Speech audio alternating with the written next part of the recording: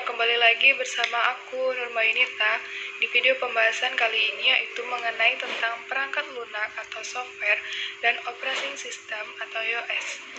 Sebelum pembahasan lebih lanjut, harus tahu dulu dong apa itu software. Bukan softland ya.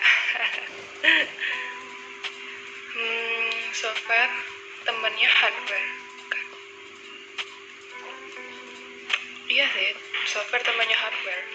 Wah, iya bener kok, teman atau best friend forever gitu. Perangkat lunak atau software komputer adalah suatu perangkat yang berisi mulai dari serangkaian instruksi, program, prosedur, kemudian pengendali, pendukung, dan aktivitas-aktivitas pengolahan perintah pada suatu sistem komputer. Nah, hardware komputer ini akan hidup dan memiliki fungsi jika digunakan bersama-sama dengan software. Jadi, harus hidup berdampingan, nggak bisa sendirian. Oke. Lanjut, yaitu kemudian ada peranan software. Yang pertama yaitu menggantikan peran manusia dengan otomatis terhadap suatu tugas atau proses. Yang kedua yaitu memperkuat peranan manusia dengan menyajikan informasi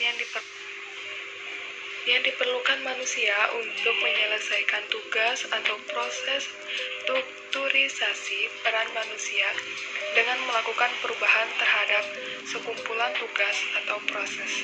Yang ketiga yaitu hiburan dan permainan. Kemudian ada struktur software. Ya, bisa dilihat di situ.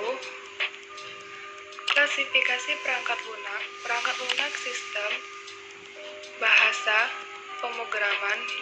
Yang kedua itu sistem operasi, utility. Yang kemudian ada perangkat lunak aplikasi, ada aplikasi OS, kemudian aplikasi multimedia, dan ketiga ada aplikasi internet. Perangkat lunak sistem.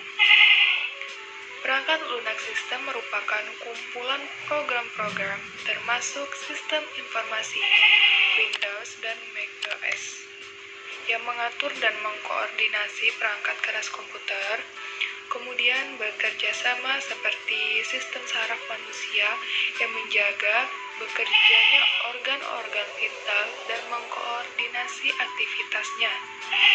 Software aplikasi atau perangkat lunak aplikasi adalah software program yang memiliki aktivitas pemrosesan perintah yang diperlukan untuk melaksanakan permintaan pengguna dengan tujuan tertentu. Program aplikasi juga merupakan suatu program komputer yang siap digunakan untuk mengolah data menjadi suatu informasi yang berdasarkan keperluan si penggunanya sendiri. Perangkat lunak aplikasi terdiri dari beberapa tipe. Yang pertama yaitu perangkat lunak bisnis untuk menghemat waktu dan uang, memberikan informasi sesegera mungkin saat dibutuhkan. Jenisnya yaitu ada pengolahan kata, contohnya Microsoft Word.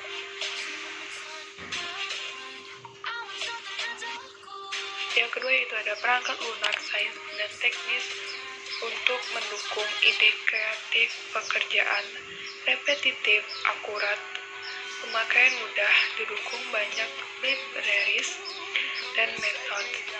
Yang ketiga itu ada perangkat lunak perusahaan atau enterprise, yaitu untuk kebutuhan mengelola organisasi dan aliran data perangkat lunak akuntansi. Yang keempat yaitu ada perangkat lunak infrastruktur perusahaan untuk kebutuhan mengelola mendukung perangkat lunak perusahaan. Yang kelima yaitu ada perangkat lunak informasi kerja untuk membuat dan mengelola informasi.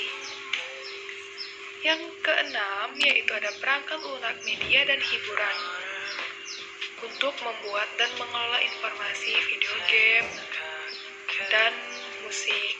Silahkan klik video rekomendasi dari aku, yaitu salah satu contoh penggunaan software media dan hiburan. Klik di sini ya. Yang ketujuh, ada perangkat lunak pendidikan. Kemudian yang kedelapan, ada perangkat lunak simulasi. Untuk simulasi fisik atau sistem abstrak, untuk penelitian, pelatihan atau game. 9, ada perangkat lunak pengembangan media untuk membuat produk dikonsumsi orang lain, ya, atau dipakai orang lain gitu. Yang ke-10, ada perangkat lunak rekayasa produk untuk pengembangan hardware and software, game maker, integrate, development, environment. Kemudian masuk ke sistem operasi. Sistem operasi program yang berfungsi untuk mengendalikan sistem kerja yang mendasar, sehingga mudah mengatur kerja media input, output, tabel pengkodean, memori, penjadwalan, prosesor, dan lain-lain. Contoh sistem operasi antara lainnya itu ada alur kerja sistem operasi. Pertama dimulai dari, bisa lihat di sini, ya. Fungsi sistem operasi yang pertama itu mengkoordinasi perangkat keras, menyediakan fasilitas antar muka, pengelola CPU, pengelola file. Lanjut yaitu ke jenis sistem operasi, laptop dan PC. macOS sistem operasi yang hanya berjalan pada Apple Macintosh. Kemudian Windows sistem operasi yang biasa berjalan di seluruh jenis komputer. Jenis sistem operasi jaringan komputer yaitu ada Unix. Sistem operasi multi-stacking untuk banyak pengguna, multiple users, yang dilengkapi dengan kemampuan pengelolaan jaringan dan versi-versi yang dapat berjalan pada setiap jenis komputer. Jenis sistem operasi smartphone. Ada Android, iOS, Windows Phone, yaitu suatu sistem operasi yang mengontrol sistem dan kinerja pada barang elektronik yang mobile. Yaitu kemudian ada perangkat lunak komersial. Perangkat lunak komersial biasanya dikembangkan oleh kalangan bisnis untuk memperoleh keuntungan dari penggunanya. Perangkat lunak domain publik. Perangkat lunak yang tidak disertai hak cipta dan memungkinkan siapa saja melakukan tindakan apa saja terhadap program tersebut, termasuk membuang nama penciptanya dan memperlakukan sebagai karya ciptanya sendiri dan mengenakan hak cipta. Software yang tidak dilindungi hak ciptanya atau gratis dan tidak terikat secara hukum. Versi penuh source code tersedia secara bebas untuk dimodifikasi dan didistribusikan ulang dengan lisensi apapun. Kalau gratis ya saya juga menggunakannya sih. Kemudian perangkat lunak shareware mengizinkan siapapun untuk meredistribusikan salinannya, tetapi mereka yang terus menggunakannya diminta membayar lisensi.